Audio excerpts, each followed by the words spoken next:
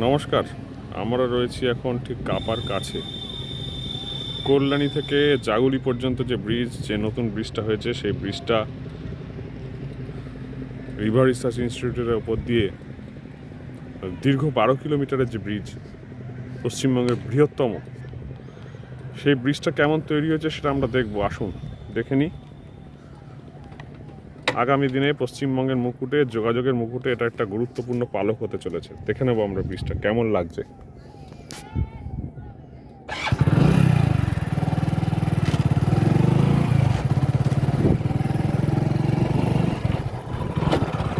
প্রায় টোটাল 3,000 কোটি টাকার প্রজেক্ট। পশ্চিমবঙ্গের যোগাযোগের ক্ষেত্রে আগামী দিনে গুরুত্বপূর্ণ একটা রাস্তা। এই রাস্তা দিয়ে আমরা চলেছি। অত্যন্ত সুন্দর, অতি সহজে যারা হুগলির দিক থেকে এসে জাগুলির মোড় হয়ে ন্যাশনাল হাইওয়ে 12 নম্বর জাতীয় সড়ক ধরে উত্তরবঙ্গের দিকে যাবেন, তাদের জন্য এই রাস্তাটি অত্যন্ত গুরুত্বপূর্ণ এবং পশ্চিমবঙ্গের সবথেকে সুন্দরতম যোগাযোগের যে মাধ্যম বলা যায় এই রাস্তাটি। দেখতে পাচ্ছেন এখনো চালু হয়নি। এই যে সামনে অনেকগুলো ব্রিজ রয়েছে, অনেকগুলো কানেক্টর রয়েছে। এখানে একটা ফ্লাইওভারের উপর দিয়ে আরেকটা ফ্লাইওভার চলেছে। সুন্দর জায়গা, দেখুন চারপাশের দৃশ্য অসাধারণ। পশ্চিমবঙ্গের সব থেকে সুন্দরতম একটা সড়ক হতে চলেছে। আমরা আশাবাদী যে পশ্চিমবঙ্গ নতুন করে শিল্পক্ষেত্রে, বাণিজ্য ক্ষেত্রে আবার ঘুরে দাঁড়াবে। বিগত 50 বছর ধরে এই রাজ্যের যে অবক্ষয়, সেই অবক্ষয় কাটিয়ে, অর্থনৈতিক দুরবস্থা কাটিয়ে পশ্চিমবঙ্গ আগামী দিনে উত্তর পূর্ব ভারতের গেটওয়ে হয়ে উঠবে এবং আগামী দিনে বাণিজ্যের ক্ষেত্রে, শিল্পের বিকাশের ক্ষেত্রে একটা নতুন পথ দেখাবে। নিচে কানেক্টর রোড তৈরি হচ্ছে নতুন নিয়ম অনুযায়ী। যেখানে যেখানে ফ্লাইওভার হবে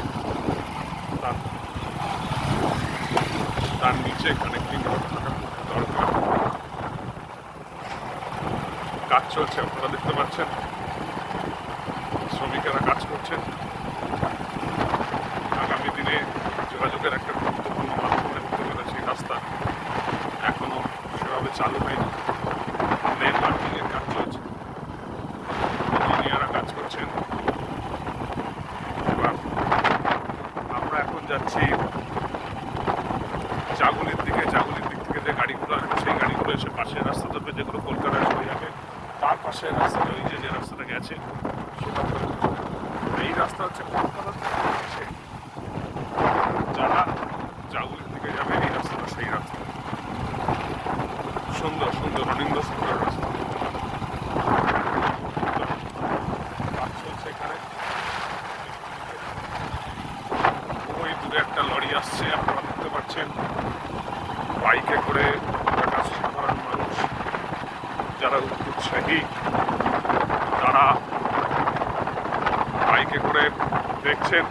যে কোনো সরকারি প্রজেক্ট এটা হয়ে থাকে, যে কোনো প্রজেক্টই এটা হয়ে থাকে, চালু হওয়ার আগে সাধারণ মানুষের আসে, তারা দেখে। মানুষের মধ্যে নতুনকে দেখার, জানার একটা আগ্রহ রয়েছে। এই প্রজেক্টটি ঘিরে এই এলাকায় একটা আলাদা উৎসাহ রয়েছে। কল্যাণী এবং এই আশেপাশের মানুষ যারা যারা কল্যাণীর সাথে গর্বিত এই প্রজেক্টটা।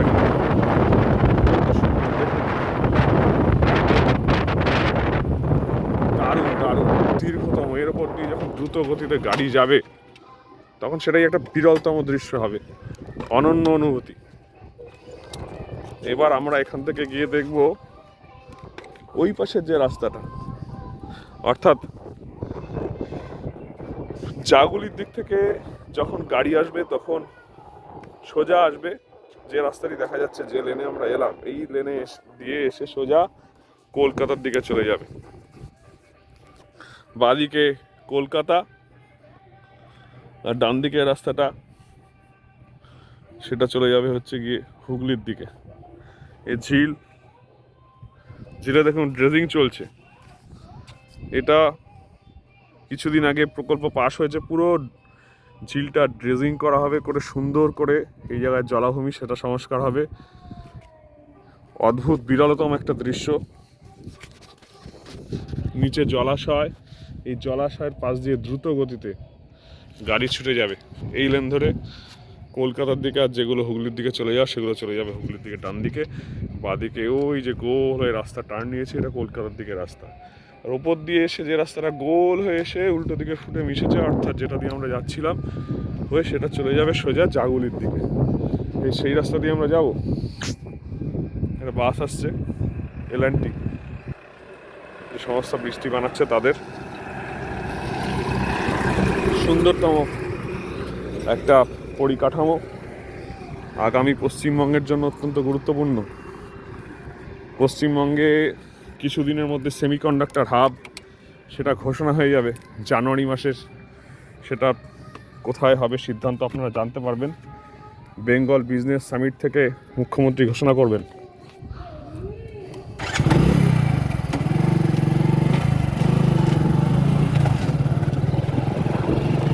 আমাদের প্রধানমন্ত্রী নরেন্দ্র মোদী তার বিগত মার্কিন সফরে, আমেরিকার সফরে ঘোষণা করেছেন পশ্চিমবঙ্গের সেমিকন্ডাক্টর হাব হবে। সেটা যখন ঘোষণা হবে যে কোথায় হবে, তিনটে সম্ভাবনা রয়েছে। রাজারহাটে হতে পারে, নৈহাটিতে যে ইন্ডাস্ট্রিয়াল এস্টেট হয়েছে সেখানে হতে পারে, কেউ কেউ বলছেন কল্যাণীতে হতে পারে। দেখা যাক, রাজারহাটের সম্ভাবনা সবথেকে বেশি। যদি নৈহাটিতে হয়, যদি কল্যাণীতে হয়, এই দুটো জায়গার মধ্যে কোনো একটাতে হয়, তাহলে এই রাস্তাটা অত্যন্ত গুরুত্বপূর্ণ এবং সব থেকে বেশি যান চলাচল কিন্তু তখন এটা দিয়ে করবে, এ ব্যাপারে কোনো সন্দেহ নেই। এবং আগামী দিনে পশ্চিমবঙ্গের অত্যন্ত গুরুত্বপূর্ণ একটি রাস্তা হতে চলেছে এই রাস্তাটি, এটা এক প্রকার নিশ্চিত। হুগলি থেকে যারা আসবেন বা বর্ধমানের দিক থেকে যারা আসবেন, এসে যারা উত্তরবঙ্গের দিকে যেতে চাইবেন, তাদের জন্য এই রাস্তাটা অত্যন্ত গুরুত্বপূর্ণ। এই রাস্তা ধরে তারা সোজা উত্তরবঙ্গে পৌঁছে যেতে পারবেন। কিংবা কল্যাণী এইমস, স্বাস্থ্যক্ষেত্রে উল্লেখযোগ্য একটা সরকারি প্রতিষ্ঠান, সেখানে যারা যেতে চান কলকাতার দিক থেকে এসে বা হুগলি বা বর্ধমানের দিক থেকে এসে, তাদের জন্য এই রাস্তাটা অত্যন্ত গুরুত্বপূর্ণ। এখানে রঙের কাজ চলছে, শ্রমিকেরা রং করছেন। দেখুন, নীল সাদা রং, এই রাজ্য সরকারের যে রং, সেই রং চলছে। উন্নয়নের প্রতীক।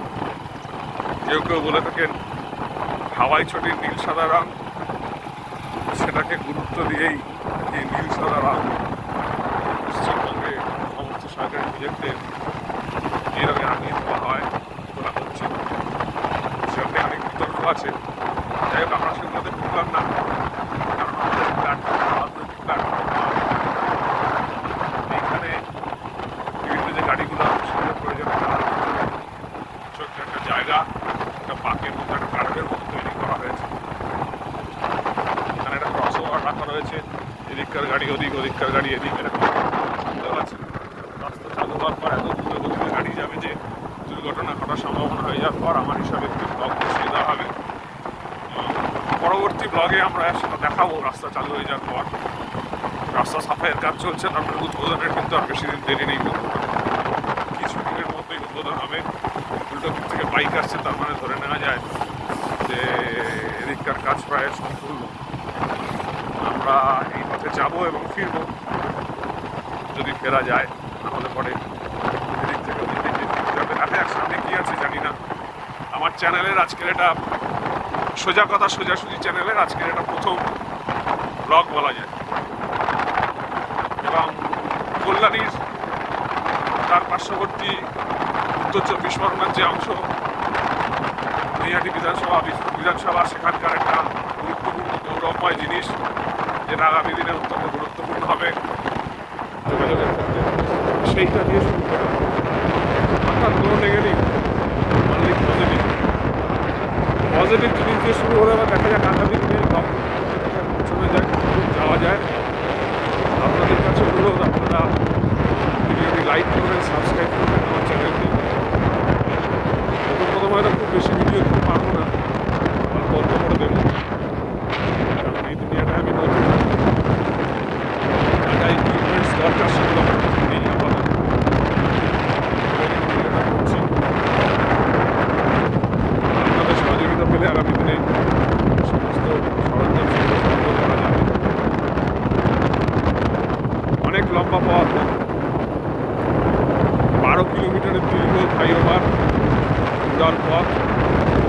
পশ্চিমবঙ্গের বৃহত্তম ফ্লাইওভার এটাকে বলা হচ্ছে। আগামী দিনে পশ্চিমবঙ্গের যোগাযোগের প্রায় শেষের পথে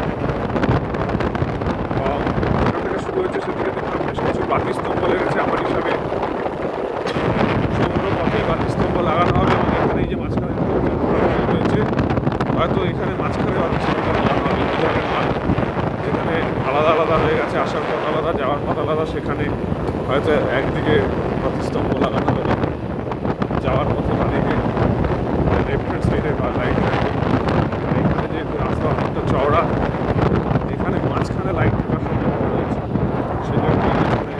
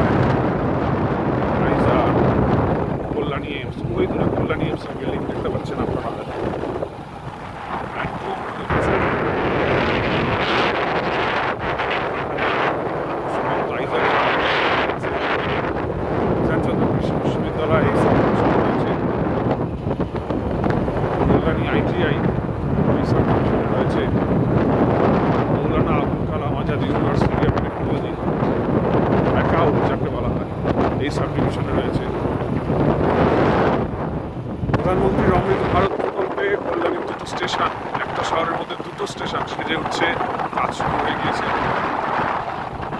শোনা যাচ্ছে কোনো কোনো মহল থেকে যে কল্যাণী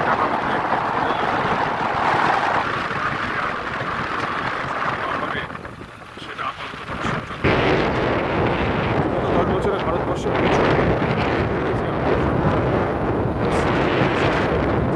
সমস্যা না থাকতো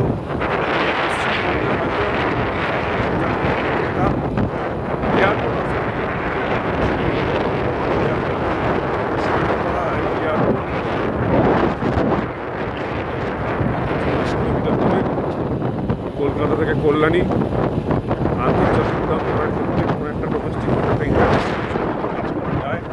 হিথ্রোকে সাজেস্ট করে বলা হয়েছিল, হিথ্রোকে উদাহরণ হিসেবে রেখে একজন ব্যক্তি 40 মিনিট থেকে 1 ঘন্টার মধ্যে পৌঁছে বিমানবন্দরে নিতে পারবেন। আপনারা জানেন আর তারপরে 4 থেকে 5 বছরের মধ্যে কলকাতা বিমানবন্দর তার সাথে ছাপিয়ে যাবে। কলকাতা বিমানবন্দরে আর করে চাপ নেওয়ার ক্ষমতা নেই, সর্বোচ্চ সীমা সেটা ছাড়িয়ে যাওয়ার মতো পরিস্থিতি তৈরি হয়েছে। আগামী দিনে এখন প্রচুর পরিমাণে যাত্রী সংখ্যা বাড়বে এবং কলকাতায় আপনাদের ক্ষেত্রে একটা চাপ সৃষ্টি হতে পারে। যাই হোক, যেভাবে জনসংখ্যা বাড়ছে পশ্চিমবঙ্গে সারা ভারতবর্ষের মধ্যে সব থেকে বেশি জনবহুল রাজ্য, প্রতি বর্গ কিলোমিটারে 1000-এর উপর মানুষ এখানে বসবাস করেন। সেই প্রেক্ষাপটে দাঁড়িয়ে রাজ্য সরকার হয়তো কোনো কারণে জমি দিয়ে উঠতে পারেননি, আমরা আশাবাদী দেবে এবং এই কল্যাণীতেই হয়তো এয়ারপোর্ট হবে আগামীতে। সেক্ষেত্রে আমরা আশা রাখবো কল্যাণীতে বিমানবন্দর হলে এই রাস্তার গুরুত্ব আরও বেড়ে যাবে, আমরা নতুন কল্যাণী দেখতে পারবো। দেখতে পাচ্ছেন power grid station, river research ইনস্টিটিউটের ওপর দিয়ে যাচ্ছি। এখন আমরা চাগুলির দিকে এগিয়ে যাব এই ব্রিজ থেকে নেমে। নিচে রাস্তা চাগুলি থেকে যে রাস্তাটা কাপার মোড়ে গিয়েছে, ডান দিকে আমরা কমপ্লিট করে ফেললাম খুব সুন্দরভাবে, কোনো বাধা নেই, বিঘ্ন নেই। আপনারা যখন আগামী দিনে 4 চাকায় আসবেন, 12 কিলোমিটার পথ বেরোতে আমার হিসাবে আপনাদের 4 থেকে 5 মিনিট লাগবে এবং আপনাদেরকে অনুরোধ করব সীমা ছাড়িয়ে কখনো গতি তুলবেন না, নিজের নিয়ন্ত্রণে রাখবেন, যে কোনো সময় দুর্ঘটনা ঘটে যেতে পারে। প্রত্যেকটা মানুষের প্রাণ, আপনি যখন বাড়িতে বিপর্যয় কাছের মানুষ, মনের মানুষদের রেখে বেরোন, তখন কিন্তু তারা আপনার জন্য অপেক্ষার পথ ছেড়ে দেবে। তাই এমন গতি তুলবেন না যে পৃথিবী ছেড়ে আপনাকে চলে যেতে হবে। কাছের মানুষ, আপনার মনের মানুষ, আপনার প্রাণের মানুষ, যারা আপনার ভরসায় রয়েছেন, যারা আপনার লক্ষ্যে রয়েছেন, তাদেরকে কোনোভাবে নিরাশ করবেন না, তাদেরকে কোনোভাবে হতাশ করবেন না, এই আশা রেখে আজকের ব্লগ এইখানে আপাতত শেষ করছি। জয় হিন্দ, বন্দে মাতরম।